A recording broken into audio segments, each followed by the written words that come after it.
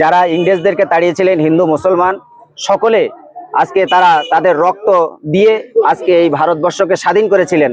তাই আমরা চাই যে এই ভারতবর্ষ আমাদের সকলেরই, আমরা সেই ভারতবর্ষে সকলে একসঙ্গে কাঁধে কাঁধ মিলিয়ে থাকতে চাই।